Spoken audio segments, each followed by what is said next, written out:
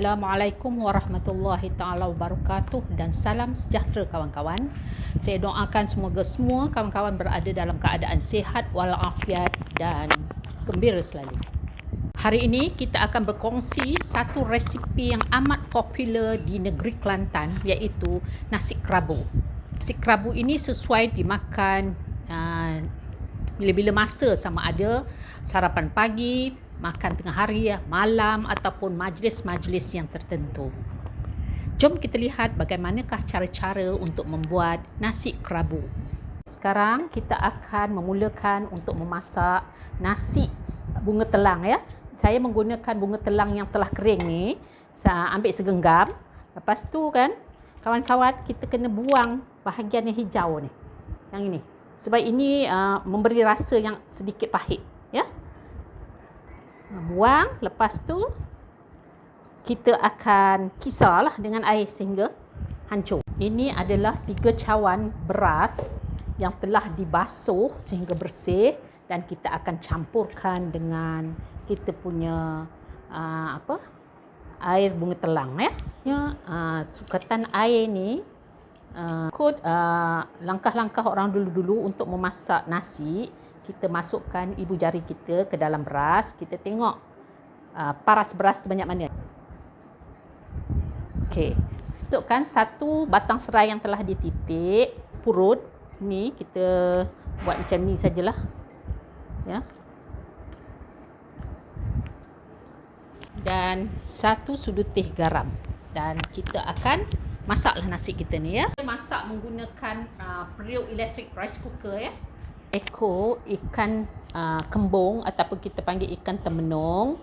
2 daripada ikan ini akan kita gunakan untuk membuat sambal kelapa dan 2 ekor lagi akan kita gunakan untuk membuat inti solok. Jadi masukkan 5 keping asam keping dan air sehingga sama paras dengan ikan lah ya. Dan masukkan setengah sudu garam.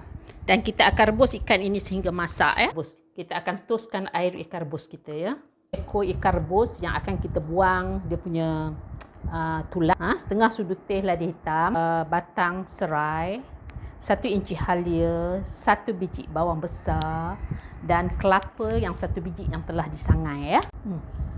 Bahan-bahan yang akan dikisar adalah 4 biji ya. Kalau ini bawang kecil, tapi saya guna bawang besar 1 biji, halia 1 inci dan serai 2 batang.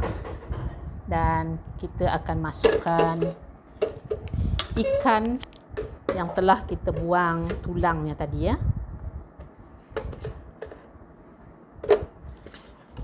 3/4 sudu garam, gula 1 sudu teh, bubuk lada hitam yang telah kita tumbuk tadi 1 sudu teh.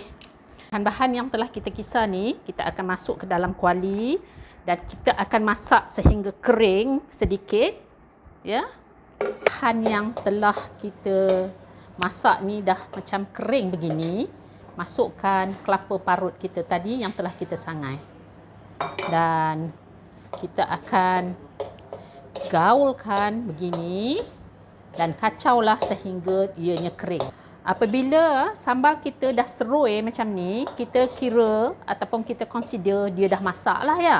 Bahan untuk membuat solo ikan adalah 6 biji cili hijau, 2 batang serai yang telah dipotong kasar-kasar, halia 1 inci, 2 ulas bawang putih, setengah biji bawang besar, 2 ekor ikan kembung yang telah kita buang tulangnya ya, 1 sudu teh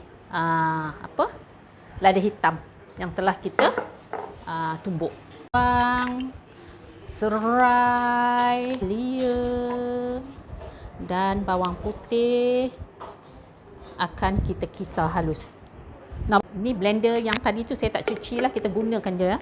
Ambil 1 biji telur dan masuk ke dalam ni.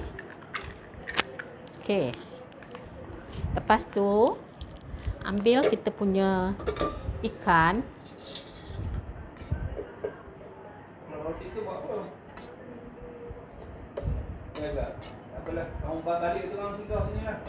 Kelapa setengah biji. kita masukkan ke dalam ini. Bahan yang telah kita kisar tadi itu, sebab kalau pakai pengisar yang ni kena banyak pakai air. Jadi saya tak nak pakai air, kita pakai telur, masukkan dalam. Dan kita akan kisarkanlah kita punya lada hitam yang setengah sudu. Dan masuk garam dan gula secukupnya. 1 biji limau kasturi dan perahlah airnya ya. Supaya kita punya rasa ikan tu tak berapa hanyir lah nanti. Kita punya bahagian yang atas ni kita akan buat macam V shape. Okey, kita potong macam ni. Lepas tu potong belah dia ya, belah dari atas. Okey. Okey, macam tu kan. Jadi bahagian yang atas ni kita snipkan sikit. Macam tu. Okey. Lepas tu kita tarik biji dia ni. Okey. Ini nak bagi cantik, potong sikit. Ulang-ulanglah sehingga semuanya habis ya. Saya akan kongsikan dengan kawan-kawan macam mana nak masukkan inti kita punya solok ni ya. Okey. Masuk padat-padat. Ulang-ulanglah ya, buat sehingga semuanya selesai. Saya dah buat siap-siap dah sebab kan membuat nasi kerabu ni memakan masa yang lama. Kerana dia ada macam-macam hidangan yang nak disediakan. Jadi saya dah buat dah siap-siap. Jadi ini hanya untuk berkongsi dengan kawan-kawan sajalah macam mana nak masukkan isi ikan kita ni ke dalam kita punya cabai untuk dibuatkan solok ya. Dan tekan sikit. Tekan sikit. Ini bagi sama rata. Okey. Selesai. Masukkan setengah biji santan kelapa dengan setengah sudu teh garam. Solok ni. Okey. Dan lepas tu kita masak ya. Okey. Ikan ini akan kita masak sehingga santannya kering dan solok betul-betul masak. Sementara itu kita siramkan kita punya kita punya santan ni ke atas solok yang kita masak ni ya. Siramkan macam tu. Setelah kita punya solok ni dah macam mengering begini, dia dah masak ya. Jadi kita tutup api ya. Bahan-bahan untuk membuat budu tumis adalah ni, saya menggunakan bawang besar, bawang merah pun boleh. Ini 1 biji bawang besar, 4 ulas bawang putih, 1 inci halia. Lepas tu saya menggunakan serai, 1 batang serai, 2 keping asam keping, limau purut, daunnya sebanyak 4 helai, santan sebanyak setengah biji, cili bau sebanyak 4 sudu makan, sebanyak setengah botol, garam dan gula secukupnya ya. Mula-mula kita akan kisar bawang merah, halia dan bawang putih. Ni kita akan buang bahagian tengahnya ya. Okey, supaya dia kurang pahit. Cili bau yang sebanyak 4 sudu makan dicampur dengan bahan-bahan yang telah kita kisar dulu, kita pergi tumis. Panaskan minyak, masukkan bahan-bahan yang telah kita kisar untuk ditumis ya. Dan kita dah kacau-kacau ni, biarlah dia masaklah hingga naik minyak. Masukkan 1 batang serai, setengah botol budu.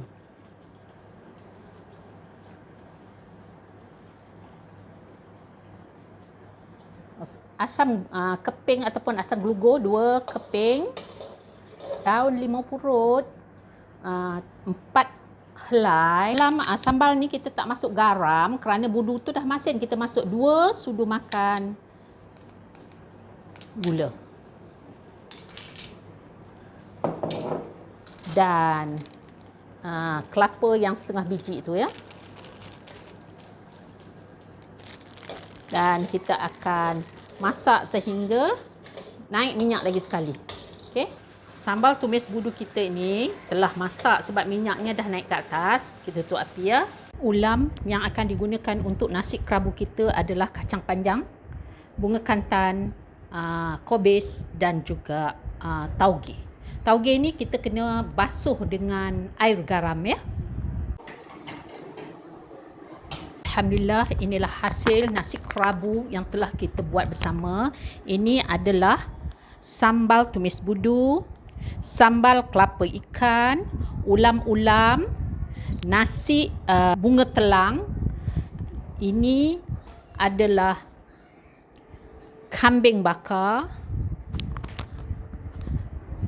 solok, ikan dan keropok.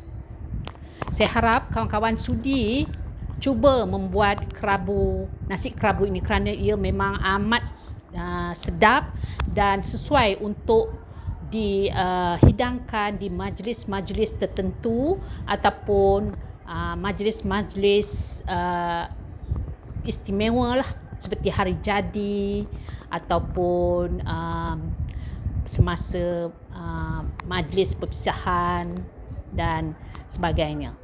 Jumpa lagi di video yang akan datang. Wabillahi taufik wal hidayah. Wassalamualaikum warahmatullahi taala wabarakatuh. Bye bye kawan-kawan.